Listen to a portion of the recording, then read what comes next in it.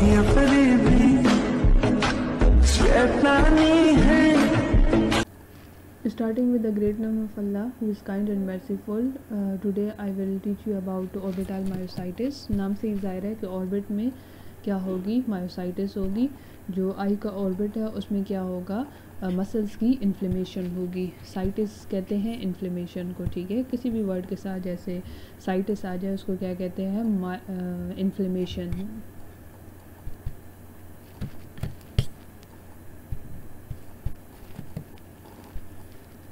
जैसे कि आयराइडोसाइक्लाइटिस वगैरह, सिनोसाइटिस वगैरह, डिफरेंट साइटिस जिसके साथ आ जाए उसको कहते हैं इन्फ्लेमेशन।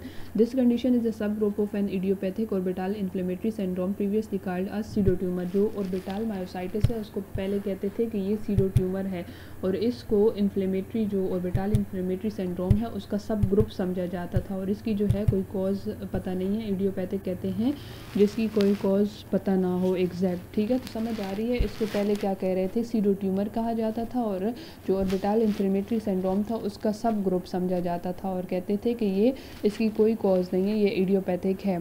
और इसमें क्या होता है कि हमारे पास एक या एक से ज़्यादा एक्स्ट्राओकुलर मसल्स की इन्फ्लेमेशन या स्वेलिंग मौजूद होती है। ये यूनिलेटरल और बायलेटरल दोनों हो सकते हैं, यानी कि एक आंख में भी मौजूद हो सकती हैं इसकी फीचर्स, और दोनों आंख में भी मौजूद हो सकती हैं। एक्यूट और क्रोनिक हो सकता है। एक्यूट जो कि हमारे पास एकदम से हो जाता है, और क्रोनिक जो कि ग्रेजुअली होता है, ठीक हो गया। तो ये हमारे पास क्या है, ऑर्बिटल मायोसाइटिस।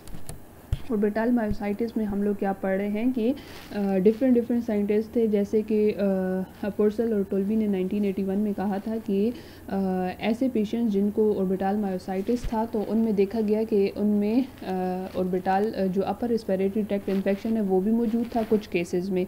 इसके अलावा जो टाइटर है उसने कहा कि जो मूबियस सिंड्रोम के पेशेंट्स थे उसमें से उसने 8 पेशेंट्स देखे, जिनमें से कहा कि 3 पेशेंट्स ऐसे थे जिसमें इन्फ्लुएंजा के एंटीबॉडीज़ जो हैं बहुत ज़्यादा थे।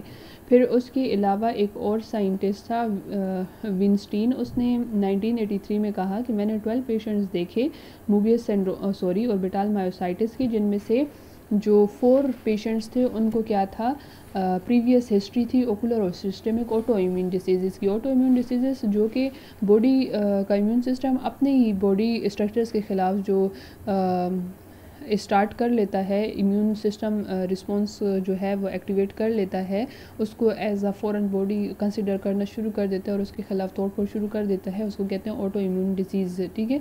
जो कि अपनी बॉडी के अंदर अपनी इम्यून सिस्टम जो है अपनी बॉडी को डैमेज कर रहा हो उसको कहते हैं ऑटो इम्यून डिसीज़। तो इस पूरे पैराग्राफ का यहाँ पर कहने का मकसद क्या था कि जो डिफरेंट साइंटिस्ट हैं उन्होंने कहा कि ऑर्बिटल जो मायोसाइटिस है उनके कुछ पेशेंट्स ऐसे थे जिनमें प्रीवियस हिस्ट्री जो थी अपर रेस्पिरेटरी, उसमें हमारे पास क्या थी, अपर रेस्पिरेटरी ट्रैक्ट इन्फेक्शन जो है मौजूद था, ये टोल्बी ने कहा। फिर टाइटर ने कहा कि कुछ पेशेंट्स मैंने ऐसे देखे, लाइक 8 पेशेंट्स देखे, जिनमें से 3 जो है उसमें हमारे पास रेज्ड इन्फ्लुएंजा जो एंटीबॉडी है वो मौजूद था। और दूसरे साइंटिस्ट विंस्टीन ने कहा कि मैंने 12 पेशेंट्स देखे, जिनमें से 4 ऐसे थे कि जिनको दूसरी ओकुलर और सिस्टमिक जो ऑटो इम्यून डिसीज़ थी वो मौजूद थी। इसके अलावा हमारे पास जो मेन फीचर्स हैं ऑर्बिटल मायोसाइटिस के वो ये है कि इसमें पेनफुल डिप्लोपिया होता है। डिप्लोपिया कहते हैं कि जब आपको ऑब्जेक्ट जो है 2 दिखाई दे, लाइक आपको 2 इमेजेस दिखाई दें एक ऑब्जेक्ट की, तो उसको कहते हैं डिप्लोपिया। तो डिप्लोपिया होता है लेकिन पेनफुल डिप्लोपिया होता है, ये इसका एक फ़ीचर हो गया। इसके अलावा हमारे पास जो लिमिटेशन होती है मूवमेंट में वो भी मौजूद होती है। जब एक मसल इफेक्टेड है तो हमारे पास क्या क्या लिमिटेशंस आएंगी मूवमेंट में, या तो पैरेटिक होगी या फिर मैकेनिकल होगी। और पैरेटिक उस डायरेक्शन में होगी जिस डायरेक्शन में मसल का एक्शन है, लाइक अगर मीडियल रेक्टस मसल इन्वॉल्व है या फिर लेटरल रेक्टस मसल इन्वॉल्व है, तो लेटरल रेक्टस मसल का जो फंक्शन है वो एबडक्शन है, और मीडियल रेक्टस का जो फंक्शन है वो इडक्शन है। तो कहते हैं पैरेटिक इस डायरेक्शन में होगी जिस डायरेक्शन में उस मसल का एक्शन होगा, यानी कि नेज़ल साइड पे मीडियल रेक्टस का फंक्शन है और लेटरल रेक्टस का लेटरल साइड पे फंक्शन है। तो लेटरल साइड पे लेटरल रेक्टस पैरेटिक होगा, और मीडियल रेक्टस जो है वो नेज़ल साइड पे पैरेटिक होगा। और मैकेनिकल कहते हैं कि मैकेनिकल किसी फिज़िकल स्ट्रक्चर में आपके पास ख़राबी आ गई हो या कोई फिज़िकल फैक्टर इन्वॉल्व हो जो कि रिस्ट्रिक्शन काज कर रहा हो मूवमेंट के लिए, उसको मैकेनिकल कहते हैं। वो अपोजिट डायरेक्शन में होगा because the inflammatory process prevents adequate muscle relaxation. आप कह रहे हैं कि एक मसल इन्वॉल्व है, for example medial rectus muscle, तो इसके जो अपोजिट डायरेक्शन है लाइक एबडक्टेड पोजीशन में लेटरल साइड पे जो है हमारे पास मैकेनिकल रिस्ट्रिक्शन होगी, क्योंकि मसल में इन्फ्लेमेशन हुई है। तो इन्फ्लेमेशन क्या करता है, मसल को रिलैक्स होने से भी रोकता है।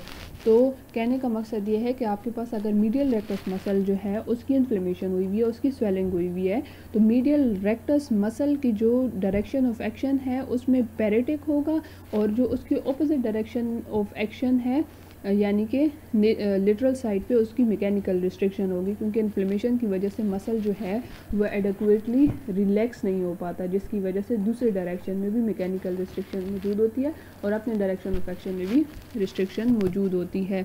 इसके अलावा हेस चार्ट टेस्ट जब करेंगे या सेकेटिक वेलोसिटी मेजरमेंट्स वगैरह करेंगे या फोर्स डक्शन टेस्ट वगैरह करेंगे, तो ये जो डिफरेंट साइंस हैं वो हमारे पास आएंगे। लाइक ओकुलर मूवमेंट करते हुए पेन होगा पेशेंट को, और ऑर्बिटल न्यूरो इमेजिंग बताती है कि आपके पास जो मसल है इफेक्टेड उसकी स्वेलिंग हुई हुई होती है। इसके अलावा दूसरे साइंस जो हैं वो ये होते हैं कि इन्फ्लेमेटरी जो ऑर्बिटल इन्फ्लेमेटरी डिसीज़ है will be present to a variable degree. Different patients में डिफरेंट डिग्री के जो सिम्टम्स हैं वो मौजूद होते हैं। सिवियर केसेस में लिड की स्वेलिंग हुई हुई होती है, कीमोसिस, कंजक्टिवा में प्रॉब्लम, और प्रोप्टोसिस जो है आइज़ की जो फॉरवर्ड बल्जिंग होती है वो हुई भी होती है। लाइक ऑर्बिट के जो सॉकेट है उससे जो आई बाल है वो आगे की तरफ आया वो होता है एक्सियली, ठीक है। तो ये डिफरेंट फीचर्स थे किस चीज़ के, ऑर्बिटल मायोसाइटिस के, जो कि हमने डिस्कस किए। नेक्स्ट हमारे पास यहाँ पर ये देखें, ये एक पेशेंट है जिसकी लेफ़्ट आई में आप देखें लिड स्वेलिंग वगैरह हुई हुई है, कीमोसिस हुई हुई है, और ये डिफरेंट साइंस जो हैं शो कर रहे हैं कि इसको ऑर्बिटल मायोसाइटिस हुआ है। ऑर्बिटल मायोसाइटिस के डिफरेंशियल डायग्नोसिस क्या हैं कि लाइक कौन सी दूसरी डिजीज़ हैं जो इसके साथ इसके क्लिनिकल फीचर्स की तरह अपनी जो फीचर्स हैं वो शो करते हैं। एक तो ग्रेव्स ऑर्बिटोपैथी है। पीछे पिक्चर में भी आप लोगों को देख के लगा होगा कि ये ग्रेव्स ऑर्बिटोपैथी का पेशेंट है। अगर आप लोग डिफ्रेंशिएट नहीं कर पा रहे कि ये ग्रेव्स ऑर्बिटोपैथी का पेशेंट है या फिर ऑर्बिटल मायोसाइटिस का पेशेंट है, तो इसमें ये होता है कि जो ग्रेव्स ऑर्बिटोपैथी के पेशेंट होते हैं और ऑर्बिटल मायोसाइटिस के पेशेंट होते हैं वो डिफरेंट जो फैक्टर्स हैं, जो फीचर्स हैं वो शो करते हैं, जिससे हम इन दोनों को डिफरेंशिएट कर सकते हैं। Lid retraction and lid lag आप लोगों को पता है कि ये ग्रेव्स ऑर्बिटोपैथी में होता है और ऑर्बिटल मायोसाइटिस में नहीं होता। पेन जो है ग्रेव्स ऑर्बिटोपैथी में भी होता है, लेकिन जो हमारे पास ऑर्बिटल मायोसाइटिस है उसमें वर्स पेन होता है, बहुत ज़्यादा पेन होता है।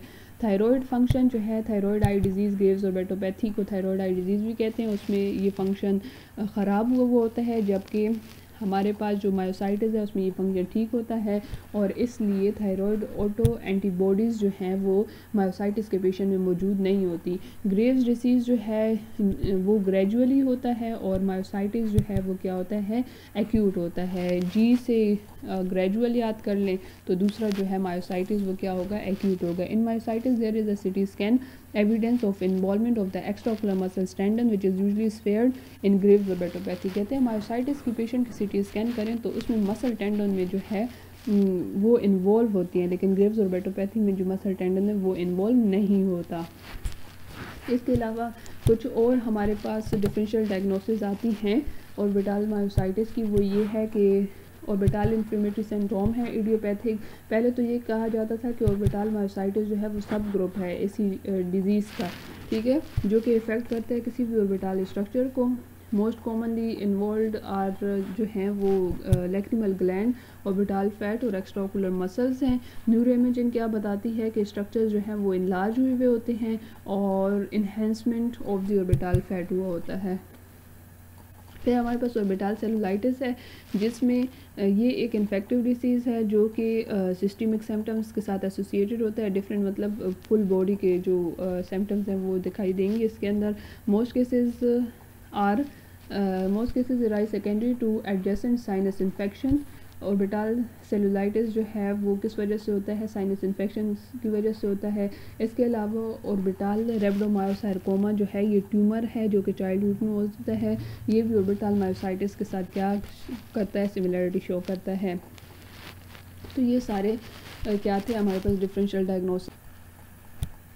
नेक्स्ट हमारे पास क्या है, मैनेजमेंट किस तरह से होगी। ऑर्बिटल मायोसाइटिस ओकेजनली तो खुद ही ठीक हो जाता है, लेकिन बाज़ केसेस में अगर ठीक ना हो तो कॉर्टिकोस्टेरॉइड देंगे ताकि जो इम्प्रूवमेंट है वो हो जाए और जो रिमिशन वगैरह है वो हो जाए। लेकिन इससे रिमिशन जो है कुछ डेज़ में या कुछ वीक्स में ही हो जाती है, इन्फ्लेमेशन वगैरह ठीक हो जाती है। However, in some cases of acute orbital myositis, the condition can become chronic. लेकिन कुछ केसेस में ये होता है कि ये acute से chronic हो जाता है ग्रेजुअली फिर लाइक कोर्टिकोस्टेरॉइड आपने दे दिए। ऑर्बिटल मायोसाइटिस अगर एक्यूट था तो फिर वो अब आहिस्ता आहिस्ता होगा, क्रोनिकली होगा। The early use of the systemic steroid may reduce the risk of the acute orbital myositis recurring and possibly becoming chronic. कहते हैं कुछ केसेस में स्टेरॉइड जो सिस्टमिक स्टेरॉइड होते हैं वो orbital myositis, acute orbital myositis का जो रिस्क होता है रिकरिंग वगैरह का वो ख़त्म कर देते हैं और पॉसिबली बिकमिंग क्रोनिक हो जाते हैं। ठीक है, तो मैनेजमेंट में क्या आ गया, कोर्टिकोस्टेरॉइड आ गया।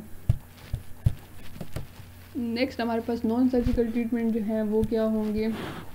नॉन सर्जिकल ट्रीटमेंट जो है उसमें ओकुलर मोटिलिटी अगर माइल्ड से उसमें रिस्ट्रिक्शन मौजूद है तो उसके लिए आपको ट्रीटमेंट चाहिए अगर वो सिम्टम्स प्रोड्यूस कर रहा है, तो ऐसे पेशेंट्स को आप प्रिज्म्स के साथ मैनेज कर सकते हैं। इसके अलावा बोटुलिनम टॉक्सिन जो है वो सक्सेसफुली जो है काफ़ी जो पेशेंट्स हैं उनको ठीक करने में सक्सेसफुल साबित हुआ है और ये फर्स्ट लाइन ऑफ ट्रीटमेंट है। ठीक है, जो पेशेंट्स कंजर्वेटिव ट्रीटमेंट के लिए जो है वो कोई रिस्पॉन्स शो नहीं कर रहे, उससे उनकी डिजीज़ ठीक नहीं हो रही, तो जो फर्स्ट लाइन ऑफ ट्रीटमेंट है वो बोटुलिनम टॉक्सिन होगा। ठीक हो गया। फिर हमारे पास नेक्स्ट क्या आ जाता है कि स्ट्रैबिस्मस सर्जरी। अगर आपके पास ऑर्बिटल मायोसाइटिस के बाद या साथ स्ट्रैबिस्मस हो गया है और तो वो जो होता है वो मैकेनिकल होता है, मैकेनिकल रिस्ट्रिक्शन उसमें मौजूद होती है। ठीक है, मैकेनिकल मीन्स किसी इन्फ्लेमेशन सर्जरी की वजह से, तो मायोसाइटिस तो इन्फ्लेमेशन है, इसकी वजह से मसल में जो है ना डिफेक्ट आया था। Surgery should be delayed until the condition has stabilized and the patient offers systemic treatment. Even then the patient should be warned about the risk of the further attacks. कहते हैं surgery तभी करेंगे जब inflammation और बाकी सारी जो चीज़ें हैं वो स्टेबलाइज हो जाएं, उसके बाद सर्जरी करेंगे स्ट्रैबिस्मस अगर मौजूद हो तो उसकी। Thank you so much. अच्छा, हमने क्या पढ़ा, आप लोगों को समझ नहीं आई, सारा सर के ऊपर से गुजर गया, तो समरी में अभी एकदम से समझ आ जाएगी। ऑर्बिटल मायोसाइटिस नाम से ही जाहिर है कि ऑर्बिट में इन्फ्लेमेशन मौजूद है, मसल की, एक्स्ट्रा ओकुलर मसल्स की इन्फ्लेमेशन मौजूद है। एक मसल की भी हो सकती है, एक से ज़्यादा मसल्स की भी हो सकती है। पहले इसको स्यूडो ट्यूमर कहा जाता था और ये इडियोपैथिक जो ऑर्बिटल इन्फ्लेमेटरी सिंड्रोम है उसका सब ग्रुप समझा जाता था। फिर आहिस्ता आहिस्ता क्या हुआ कि इसको एक अलग कैटेगरी दे दी गई। ये यूनिलेटरल भी हो सकता है, बायलेटरल भी हो सकता है, एक्यूट भी हो सकता है और क्रोनिक भी हो सकता है। फिर इसमें और क्या चीज़ें पढ़ी थी हमने कि पेनफुल डिप्लोपिया मौजूद होता है इसमें, और पेनफुल डिप्लोपिया के साथ साथ और क्या चीज़ें मौजूद होती हैं, लिड स्वेलिंग होती है, सिवियर केसेस में कीमोसिस होती है और प्रोटोसिस होती है।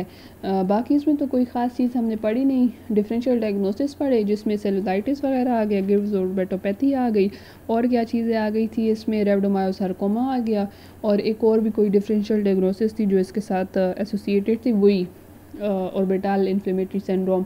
ठीक हो गया। तो ये सारी डिफरेंशियल डायग्नोसिस आ गई थी और मैनेजमेंट इसकी ये थी कि आप प्रिज्म वगैरह से जो मोटिलिटी रिस्ट्रिक्शन है उसको ठीक कर सकते हैं, और इसके अलावा बोटुलिनम टॉक्सिन जो है वो फर्स्ट लाइन ऑफ डिफेंस है, और सर्जरी भी दे सकते हैं अगर ये सारी चीज़ें ठीक हो जाएं, इन्फ्लेमेशन वगैरह, तो फिर आप सर्जरी वगैरह करवा सकेंगे।